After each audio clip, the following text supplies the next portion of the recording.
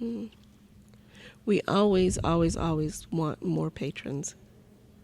And just to come in and look at our shelves and see what we do have. And if you hear a negative story about the library or in your communities, come in and look.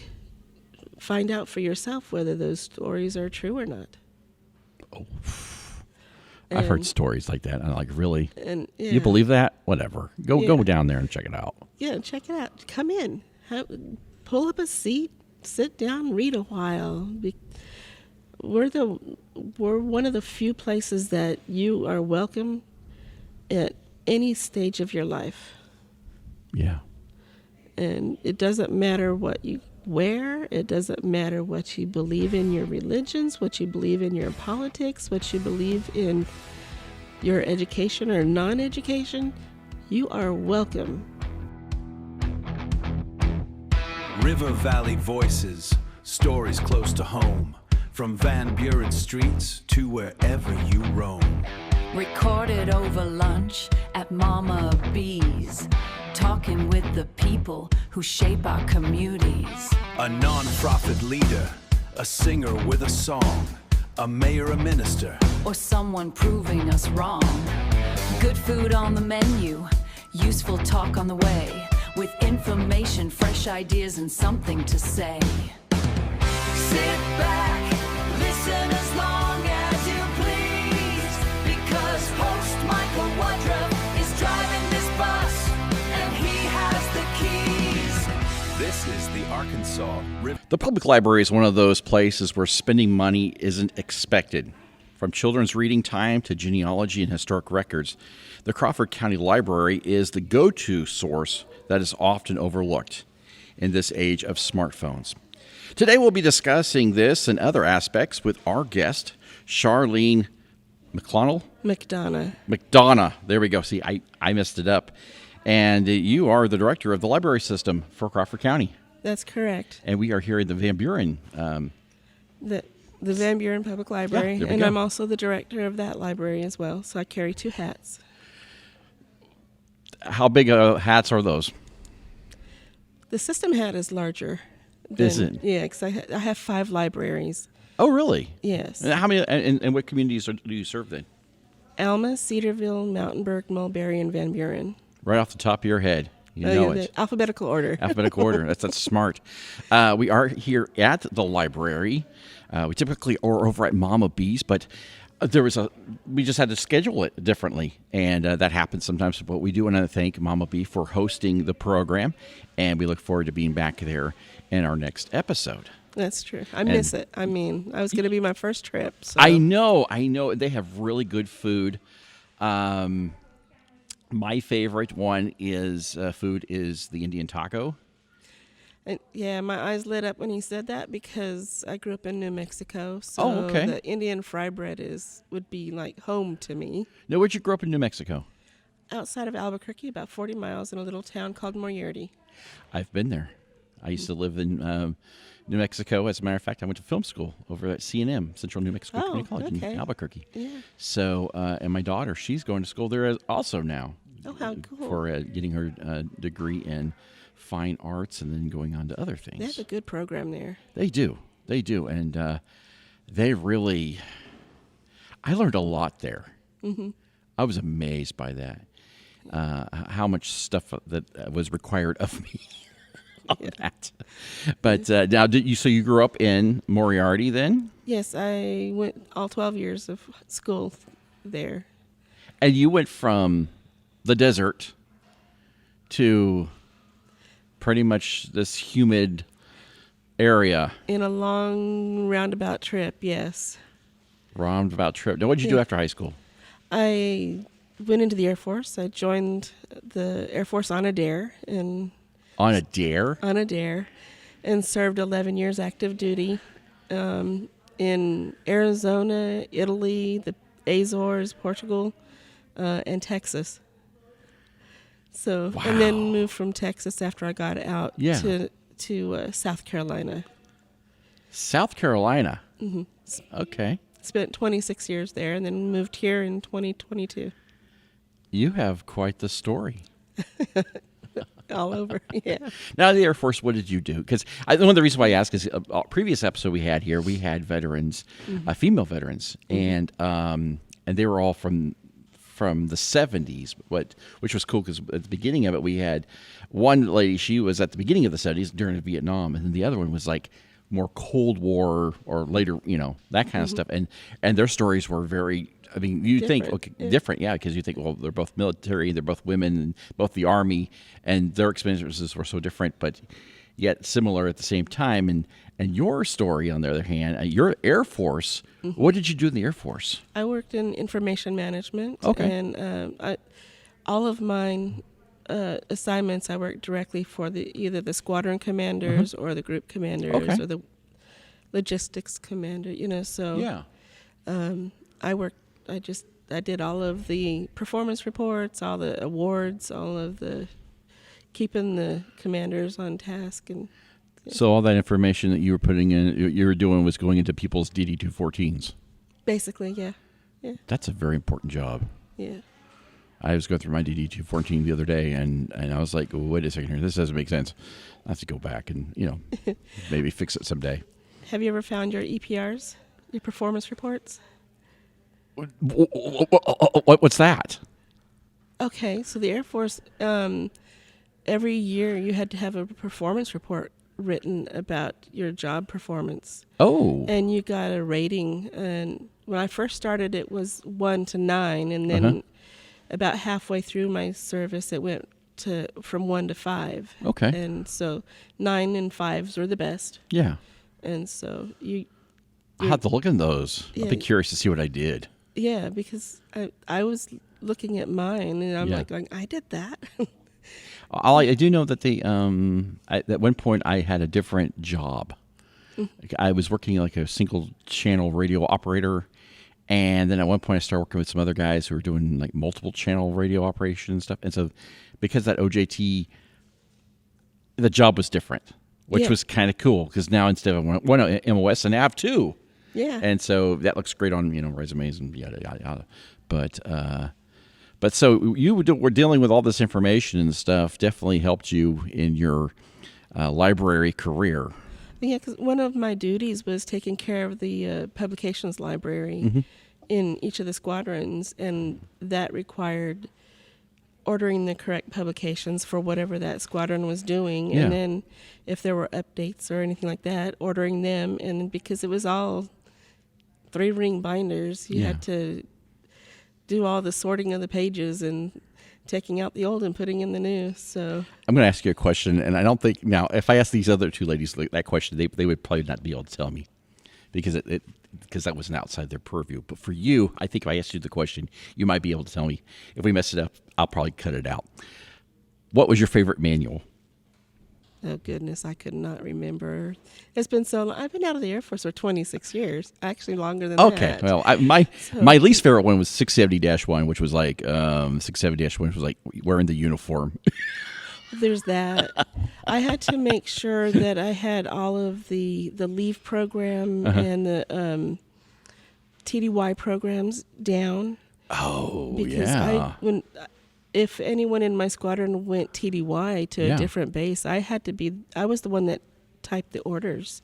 Yeah. And then submitted them to the base personnel office for them to be processed. And orders are important. I missed an order one time. I misplaced my orders, and I left Korea for a block leave, and I came back and I forgot my orders in Monett, Missouri. Oh no! And so when I got off the airplane, I go to customs, and I got my ID card. I know my unit, and they're like, well, "Where's your orders?" And I was like, and this Korean, soldier was not happy with me, sitting me in this little room, and I had to sit there for a little while. And then they came out, and then they kind of yelled at me a little bit, then sent me on my way. But orders are important. They are. Also, Yeah. Whenever we got stationed in the Azores, I was pregnant with my second child. And we had to fly straight there from Italy to Yeah. the Azores because of the flight limitations at that time. You couldn't fly in a military jet after 5 months pregnant. Oh. So we had to go straight from one base to the other. Well, he was born in the Azores. And so when it came time to come home, he wasn't on my original orders to go to the Azores because I was pregnant with him. And they were like, he's not on your orders. You can't take him. And we're like, you're not going to make us leave him. Staying. You better check our orders. You're going to get stuck here. Yeah, orders are very important.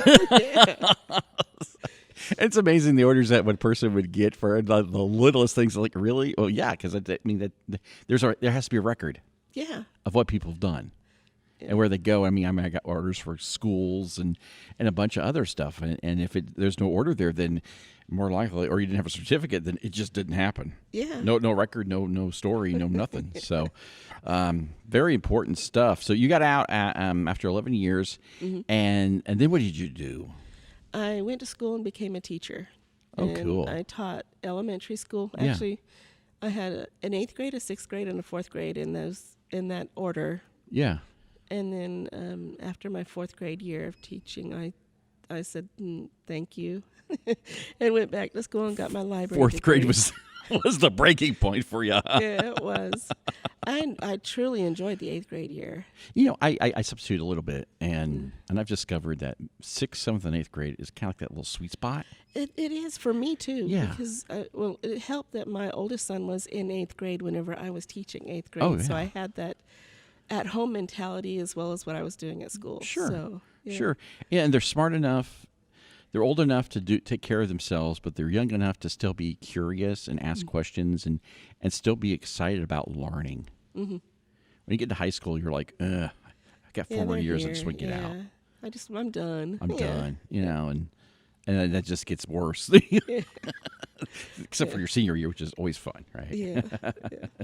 Especially with a car. So then you find yourself over here in our little neck of the woods, huh? Well, my youngest son moved here after he graduated college. Okay. And met his wife here and started having kids here. And you want to be close to grandkids, and huh? My kids, because we were Air Force, Yeah. when they were growing up, they didn't grow up with family. Right. And so I told my husband, I said, we're not going to let our grandkids not know us.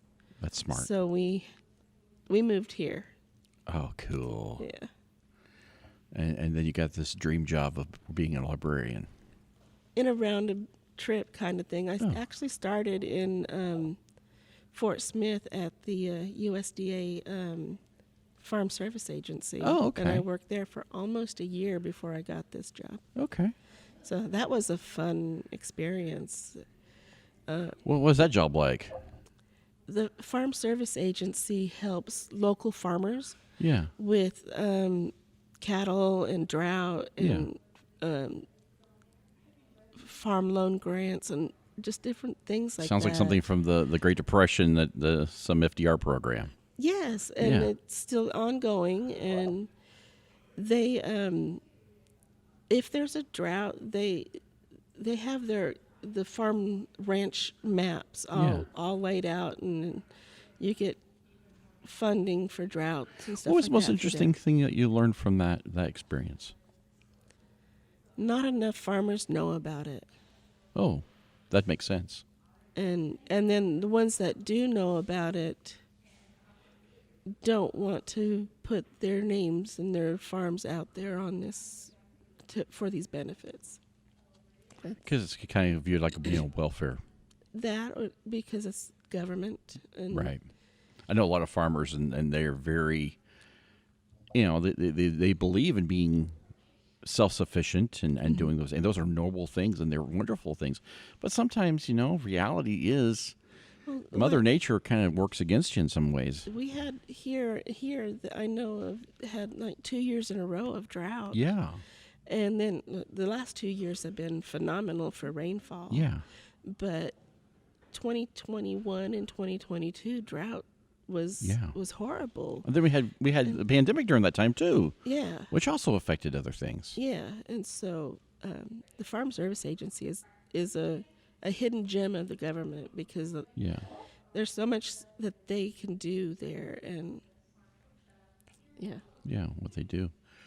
Well, coming up after the break, we're going to talk about another hidden gem, and that is your local library. sounds good to me.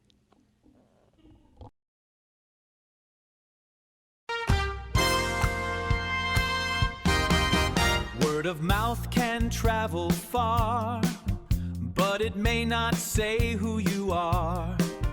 Tell the world with purpose clear, so the right folks stop and hear. Your story strong, your message true. Put your business into view. WoodruffMedia.com. And we are back, and we are talking about libraries. Well, we talked about your history of and the things that you have done, and you have been pretty much been serving since you graduated high school. Yes. Yeah. That's awesome. Well, thank you. Is there any point, and this is more, I guess, more of a personal question than a professional one. Is there any point in your life where you said to yourself, this serving thing is overrated? No, never. The joy you get from helping people in different walks is priceless. Yeah, I think so. For me, it's always been serving at some capacity, whether it's been the military or working broadcasting or even marketing, what I do now. And this program is, serving the community, trying to keep people informed of what's going on. Mm-hmm. And I always felt that keeping people informed of what's going on in their backyard is important. How can we have a community? How can we have a society unless we have people who are informed? That's so true. And for me, you have to have a place where you can go to get that information. And for me, starting out as a young kid, the library was the place to be. One of my earliest memories, and it's very distinct in my memory. Yeah. When I was 4, I got in trouble because I went to the library on my own. Oh no, not that. We were living in Albuquerque, and once a week we would go to the library pulling our little red wagon, and my mom said no, and I said yes we will, and I just pulled that little red wagon around a big Albuquerque city block. For my context and for people who are familiar with Albuquerque, can you tell me what branch that was? It was, or general area. I want to say it's on Girard. Okay. Off of 12th Street. Okay. I know exactly what you're talking about then. And I was hoping you'd say like Ernie Pyle, which is like a little small area on the other side of the town. No, this was a big city block. Yeah. So we lived halfway down the block on 12th Street, and and the library was down that big city block and across a That's street. a big library. Yeah, and so I get there with my little red wagon, and the librarian's asking me where my mom is. Yeah. And she's at home. She's at home. I'm here to get a book. My little town. I grew up in Nebraska, and the library there, and it's probably one of my earliest memories. Checking out, and I can tell you what book it was, which is weird, right? The fact I can remember that. It was Sesame Street. It was a Sesame Street book. Oh yeah. And I remember it had Big Bird on it. Then it had like this robot. I guess they had a robot character at one point in time. I mean, that would probably narrow it down to next to Mr. Hooper and some of those other characters. But I remember that being on there, and me supposed to remember to bring it, and I forgot it, and my mom wasn't happy. And then we had to go back home and get it, which wasn't that far away. Yeah, and the fines. Oh my gosh, that's one thing that we have done away with. Yes, I have noticed that. We do not. The only fines that we have are for lost or damaged books. And if you replace that lost or damaged book with the exact book, Yeah. it gets wiped off of your account, and we just recatalog and put that book in its place, or that movie, or And that would make sense. I mean, that's easy enough because, I mean, you just go on Amazon and buy it or whatever. Now, having said that, I bet there's books that are probably either out of print or something that might be a little bit harder to do. but the prices that we put on our catalog are the retail price at the time of the book. So if that book is $10 in 1999, it's still $10 now. Oh, so you're not adjusting for inflation? We're not huh? no, it's Oh, that's good. whatever the price was whenever we cataloged it. That'd be awful. You get a book that was 50 cents, and you're like, yeah. By the way, this book is now $50. You know. And, Yeah. Okay. Yeah.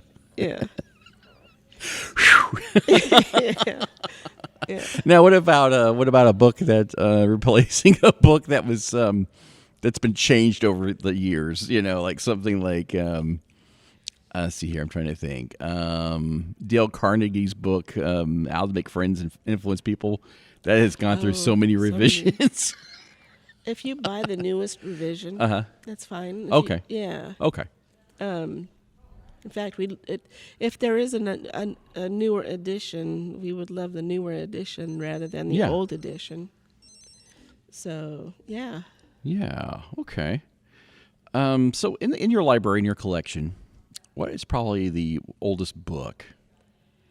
You Oh, didn't I forgot to put ask that question. You didn't put that in here. It wasn't in there? I thought it was on there. I'm sorry. I didn't put that on there? No. Oh. No, I have no clue. Okay. All right. Well, there we But go. you saw the 18... Oh, now that This- leads into the other conversation yeah, we you have. saw that So- 1890s book. So that the we answer have. would be, well, we do have books that are very old, but they're in our genealogy section. That is You got true. books in there that are, like, I saw like from the 1800s, Yes. and the pages are like falling apart, and you're afraid to even touch it. Yes, there's some very ancient tombs in there, and Yeah.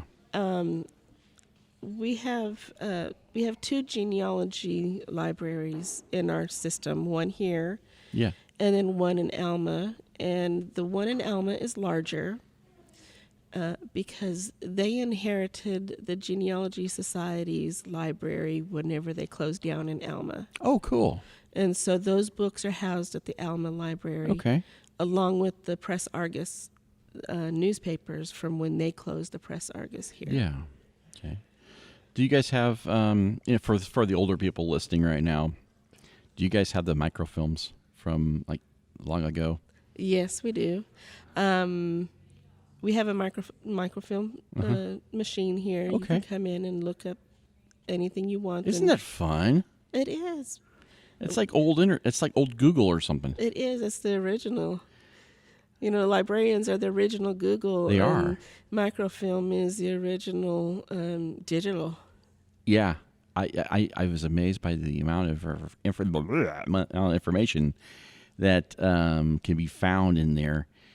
And, and it's really cool because I know some libraries, it seems like all of them, keep up, like that black book that's got topics in it.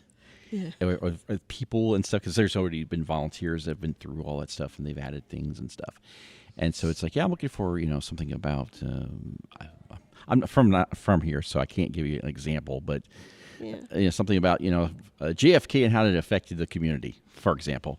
And it would go into the little black book and look it up and say, yeah, here's an article that was about JFK in the community, and it was printed in 1963 on page 5, and there it is.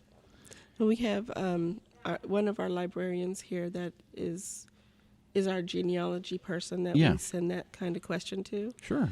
And here and in Alma, the lady in Alma has her master's in library archival Oh, really? studies. Oh, cool. And so she takes care of with the making sure the books stay in great shape, Okay. especially the older ones. Yeah. But we're in the process right now of trying to find grants to take the microfilm and the Press Argus newspapers that we have and digitize them so that they'll be available on our website. That'd be amazing. And so that process is a little long because we have It is. finding the grants for that is. I'm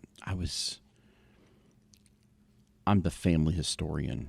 I'm the one who always looks things up and stuff. And before it would just be like, I have this book, and it's got the family history in it, and whatever was remembered that was where it was. But now with the internet, Googling, I mean, one of the first things I did when the internet first came out was Google my family. Just like find somebody. And now it's amazing because there's all that information's out there. And of course, like the Library of Congress, I discovered, has a site where you can look up old newspaper clippings. And I found mentions of my ancestors on covered wagon going out west. There was they stopped in a town and talked to so and so, and that, and it's like, oh my, and their family, and they name them, and you're like, oh, that is my family. It's those not newspaper so-and-so. clippings from back then are amazing. They because are. They tell about Miss Sarah making her famous lemon pie for Sunday social. It's like, yeah, and all those little things that we kind of take for granted. I mean, basically, they'd be like the things that people would put on Facebook now. yeah, I just made this pie for December social. Oh, it was yummy. Yeah. But now it's like, it's etched in, on paper, and it's tangible and not forgotten in a way, or waiting to be discovered. yeah. And so how long, I mean, so for this grant, what size of a program would this be? I mean, how many records do you get? I mean, Oh goodness, I don't know how many microfilm we have. oh, I bet. Yeah. One of my sister libraries up in the Mulberry? no, okay. a different county. Oh, different county. Okay, Different okay. county. They did a grant several years ago, and it was like for 3 separate years, and each year was $10,000. Oh, And they're Mountain Home. Mountain Home. Okay. I believe it's Mountain Home. Yeah. And so they did the same thing that we want to do, but they had a lot more documents. So Oh, I it's bet. like, yeah. I bet, and I am amazed by the amount of care that it needs to be taken care of to doing all this, making sure it's there. Yeah. I was looking at the Library of Congress, and they had like a criteria, Oh, yeah. and I mean, even like how to print it, and how to scan it, and how to store it, and all the. I mean, it was amazing the amount of stuff that they do to make sure that these records are, taken care of. And for you guys, yeah, I mean, that's gonna be big. That's gonna be a big project. It is because depending on how we go about doing it, we're going to have to ship these documents off to the location to get them digitized, and then they'll send back the originals and the digitals. Yeah. So it's a big project, and it's a lot of trust in someone to take care of our ancient documents that we don't want to lose. I was reading the other day about how AI, how it's growing. And one of the things that they were discovering is that now AI is teaching AI. And because AI is teaching AI, it's kind of like a 5-year-old teaching a 4-year-old, right? Yeah. And so what they're doing is they're getting books that are from 2023 and below. And they are cutting off the spines, and then they're feeding it through the machines to copy them Yeah. and digitize them. And then once they're done, they just chuck them. Oh, checking the books. Uh-huh. Oh, no. Yeah. Yeah. Yeah. Yeah. I mean, that alone was like, ooh, that's a problem here. Especially if it's an original. Right. Yeah. Or something that's been out of print. Yeah. Charles Dickens, just that's not good. No, it's not. No, it's not. But it's scary, though, because it's going to be at a point where everything's digitized. What's your thoughts on that? I mean, people said that the internet would kill the library, and it hasn't done that yet. It really hasn't.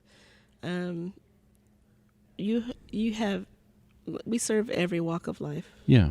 From babies up to 99 or older. Every walk of life. Yeah.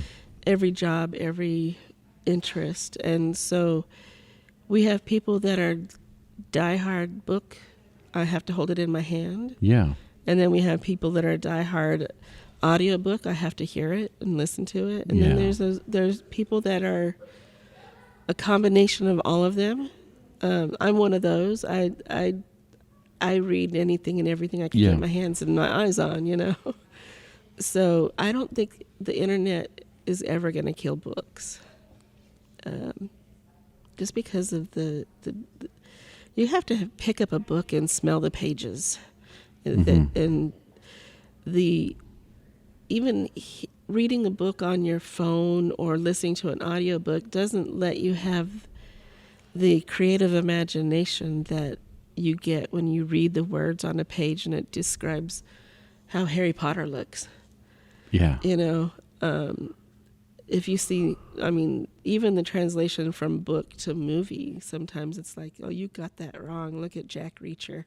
Oh, yeah. So. I recently watched, my girlfriend and I we were in a book club, and we went and we read the book, Project Hail Mary. Mm-hmm. Great book. That's like the newest book I've ever read. And then we went and watched the movie. Disappointment. Setting the story up and how he was as a scientist and then a school teacher and all that stuff's like totally like skimmed over. Well, there's that, but I've done it the opposite. Yeah. I watched Project Hail Mary movie and did not know there was a book. Really? Yes. So I've been told that, and we have it on order, that not to read the book, but to listen to the audiobook. Oh, now that may be interesting. And so I haven't done that yet because I'm waiting on it to come in. But yeah, I've done that too, because we get to a point where we would share a book and we'd read to each other. Mm-hmm. And then what we did was we got audiobooks. We drive in the car. And we did Ina Garten's, I don't know if you know who she is. She's a chef. Yeah, chef. I didn't even know who she was at first. Because my girlfriend's like, oh, we got this book about her and blah blah blah. I was like, she's like Martha Stewart. Oh, okay. Thanks for the reference. and so we're listening to it in the car, and we're doing it the 4th of July. We went up to Little Rock, and she's talking about her life like during the 60s and the 70s, and how things are changing, and and all this stuff, and for me, it's like, this is cool because, we're celebrating our, 250 years of our country. And here she is giving a perspective of a certain time frame. Yeah. And then, of course, she's talking about, making cakes and stuff like that.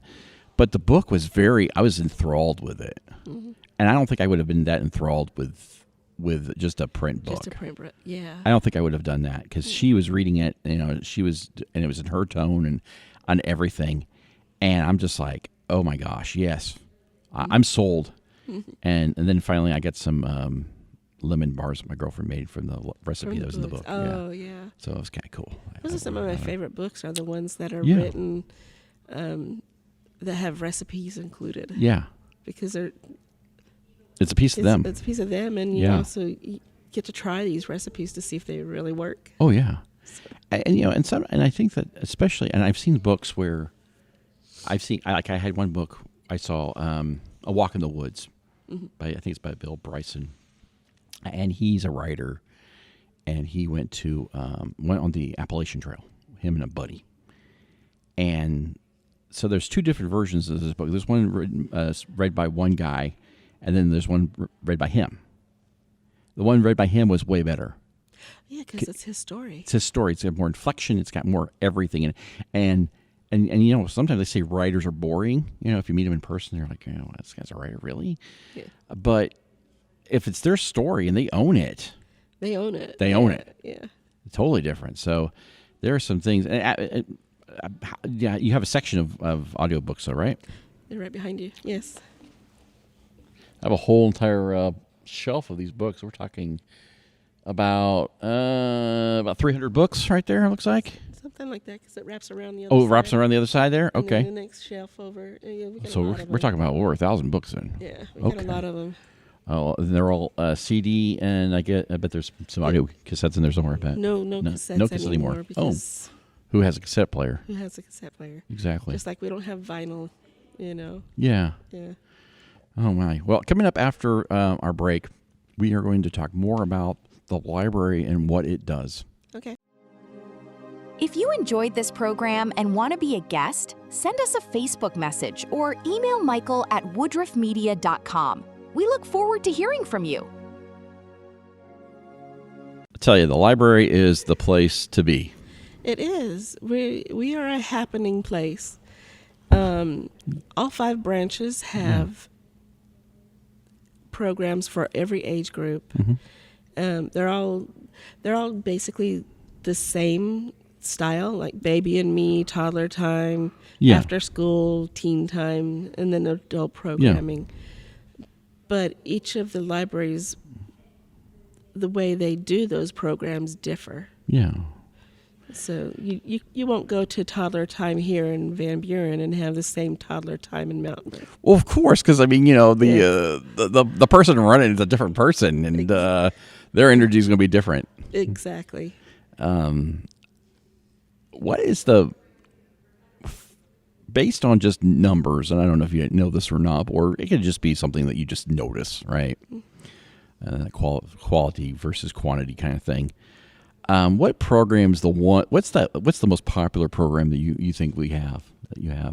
Here at this one, Yeah. it depends on the age group, but we have baby and me time here during, I think it's on Tuesdays. And they have an average between 30 to 70 people in that program. Really? Mm-hmm. Wow. Yeah. That's a lot of folks. And then the after-school after-school program is for the ages upper elementary to middle school age. Yeah. And that one varies between 15 to 30, depending on the program. Yeah. And then teen time is growing. Last year we had 4 teens come to the programs weekly. Yeah. Now we have between 10 and 15. So you've tripled it, right? Every Monday. You tripled it. Yeah. From that perspective, and from an educator, what you've done in the past. What is your thoughts on educate young people reading? Young people reading is a dying art. They are on their phones, on their iPads. Yeah. They're playing Warcraft games. They're not triggering their imaginations like they used to. Yeah. But like we're just finishing up their summer reading program. Yeah. And have had, record numbers of people attending them. So, and in order to this week is our swim parties. So in order to qualify for the swim parties, you had to read the books. Oh, yeah. And so read the books, attend the programs, and you qualify for that. And so every time they would turn in their reading log, they would get another ticket to qualify for the swim party. And so, yeah. A way to bribe them to read. To do stuff. Yeah. I think it seems like with anything with young people, you got to bribe them. Big time. I don't have any of the numbers for this year because it's, like I said, it's just wrapping up now. Sure. Our last swim party is on Monday the 3rd. Okay. So we'll start doing all of the statistical collections in August and have to turn in a report to the state library in September. Yeah. Now, we talk about the library and its operation. Mm-hmm. The question must be asked is how do we pay for this thing? How is that? Wow. Where does the money come from? Okay. The majority of our money comes from a millage. Okay. And our millage is 1.4 mills, which is not much. I mean, 1.4 is not a big chunk of those taxes. But that millage covers all 5 libraries. Okay. And it covers all the salaries and all of the running expenses of the libraries.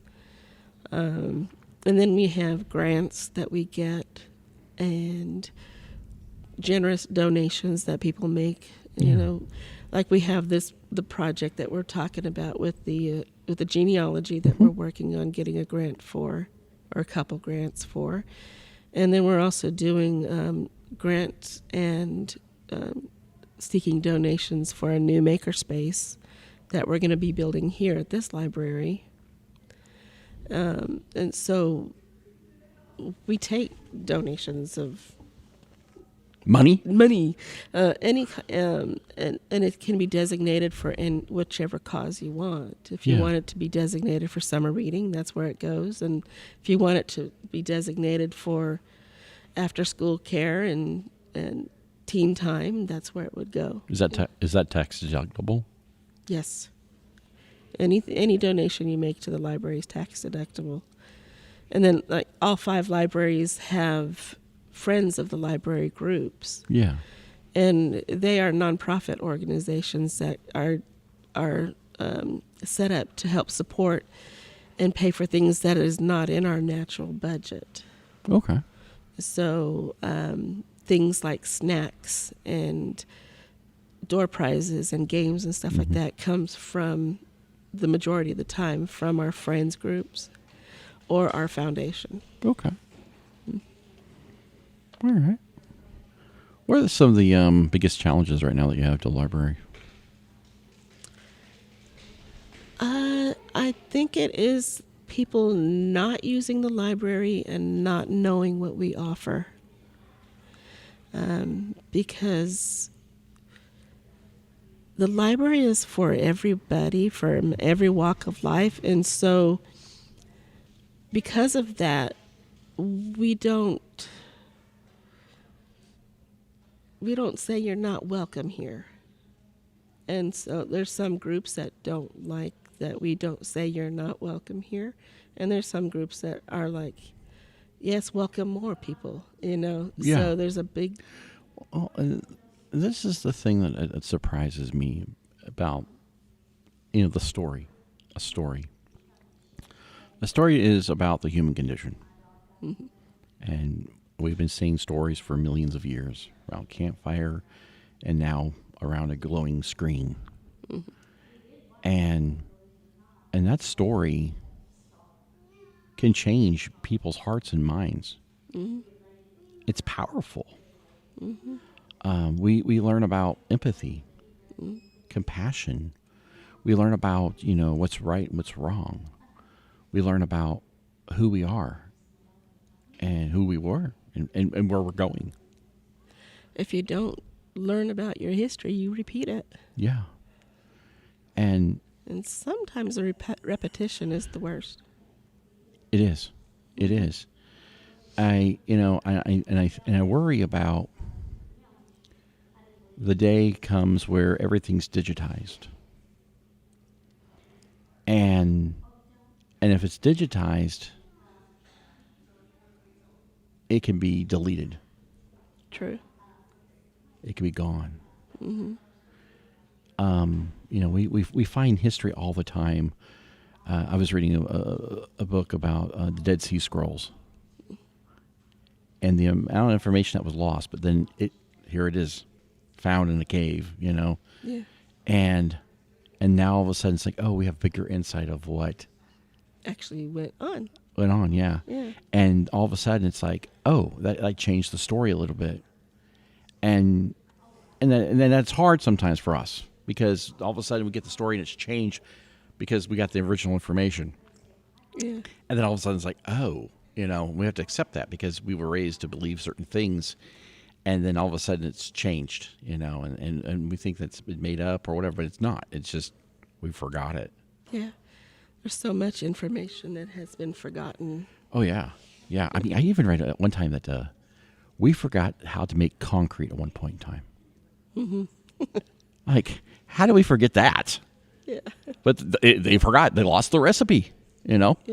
And then they found it again, and I know there's stories about the law was, like in the Bible, I think the law was forgotten and it was misplaced somewhere, and then they found it again. And I mean, it happens all the time. But boy, imagine if everything was digitized. You can't recover that. It's been deleted. It's gone forever. Yeah. As opposed to a book that was, misplaced or something. Can you imagine this as a museum? It is a museum. And yeah. And it's got people in, and every book has people in it That have something to tell us. Mm-hmm. That's too profound to me. That's so profound. Yeah. So now that we've seen, what the library has to offer, and even the future of the library, and those concerns that we've discussed, what's the one thing that a person who's listening right now could do to help you? We always, always, always want more patrons. And just to come in and look at our shelves and see what we do have. And if you hear a negative story about the library or in your communities, come in and look. Find out for yourself whether those stories are true or not. Oh, I've heard stories like that. I'm like, really? And you believe that? Whatever. Go down there and check it out. Yeah, check it out. Come in. Pull up a seat. Sit down. Read a while. We're one of the few places that you are welcome at any stage of your life. Yeah. And it doesn't matter what you wear. It doesn't matter what you believe in your religions, what you believe in your politics, what you believe in your education or non-education. You are welcome. Come in and... You could tell a lot about a community by what their library's like, too. Mm-hmm. I went to a library one time and it seemed like all they had was Harlequin novels. I was like... Well, so part of the problem is... Yes. Explain this a little bit more to me. When we buy our books and we order our books, we order them based on patron requests. Yeah. And so if we don't have the demographic coming in wanting other items, then you get pigeonholed in what you order because you're literally purchasing what your patrons are requesting. So you got the middle-aged woman looking for love, huh? Yeah. And over here we have like 2 or 3 rows of Westerns. Oh, yeah. And so we have a lot of cowboys and Indians out there, Of course. I know that one of the newest things is to. I'll erase this if I mess this up. Okay. Yeah. I'll make sure. Is Banned Book Week or Banned Books? Oh, it's not new. Let's talk about that a little bit. Banned Book Week has been out for years, decades. Do you have banned books? Of course. We're a library. We have almost anything you want. So do you have the book 1984 by George Orwell? Off my head, I can't tell you yes or no because I haven't looked for it, but it probably do. Every library should have that book. You know Charlotte's Web is a banned book? No way. How can it be a banned book? Because it's talking animals. Really? Yeah. How is that a banned something or another? It's on the banned book list. That's some pig. Okay. Well, I guess that'd be also Animal Farm because there's also talking animals in that book too. Harry Potter's banned book. How's that a banned book? Witchcraft. Okay, I can see. Well, I can see that. I guess I'll Sorcery. use sorcery. Okay. what's another book that you like? This boggles your mind why it would be banned. Oh goodness. I mean, Charlotte's Web was up there. Charlotte's Web, yeah. That's up there. I'm like, Some of the Dr. Seuss's are. I could see that. Not all of them. Some of them. I know that there was one. The parade on my street was that way because it says something like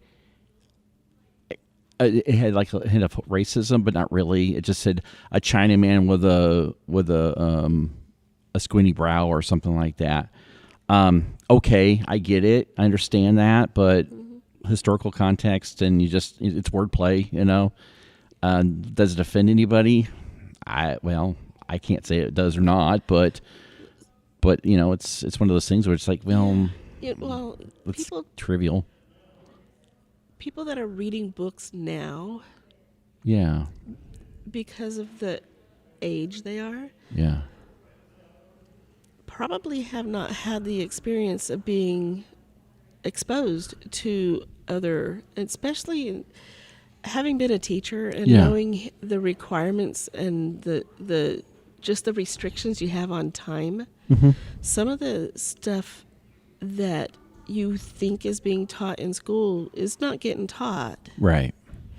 And so they're not learning American history or American literature or British literature and stuff like that anymore. And very rarely do I hear anyone come in asking if we have anything on Shakespeare, because they're not learning that in school anymore. So finding these books on the banned book list I think it's going to grow because of just the not having ignorance. Not having the exposure to the language and the cultures and the lifestyles of those eras. And so people now, people tearing down the statues because they're Robert E. Lee and stuff. They were heroes in their timeline. Right. They may not be now, but that doesn't mean they were bad people then. Yeah. Well, it was funny because I learned about, this is an interesting thing. I went to Washington, D.C. a couple of years ago. And Robert E. Lee,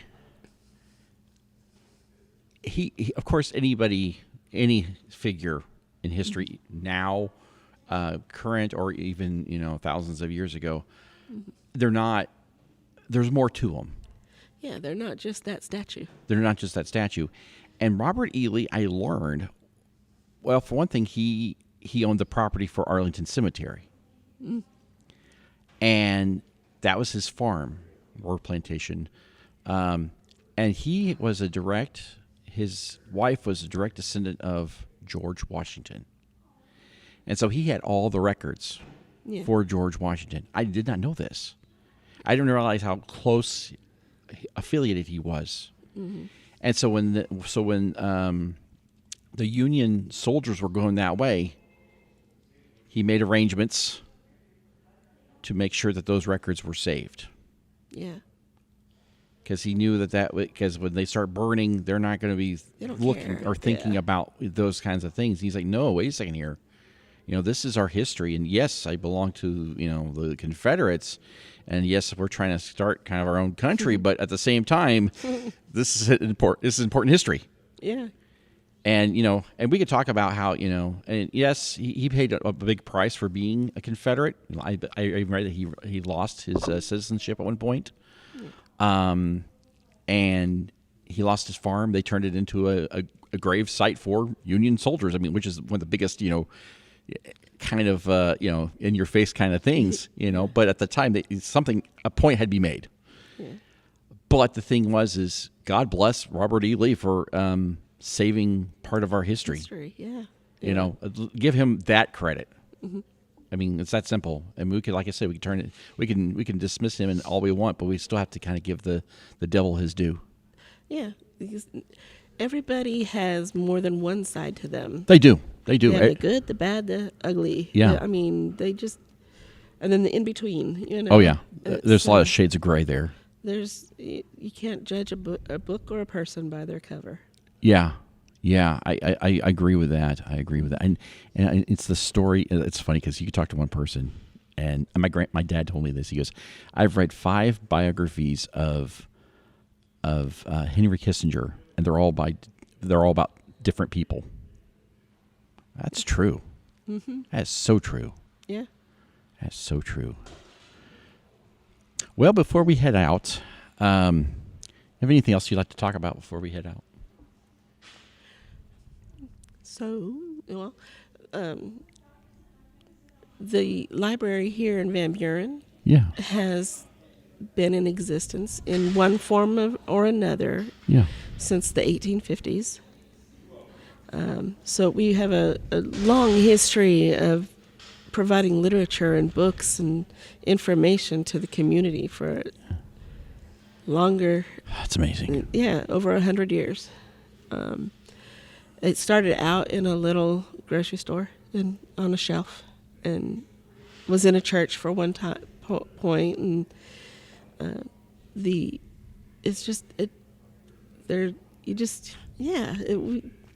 you can't judge a library by the building. Yeah, I'm amazed by that. Yeah, I'm amazed by that. Well, thank you very much for being part of our program. Before we leave, if anybody has any questions, how do they get a hold of you?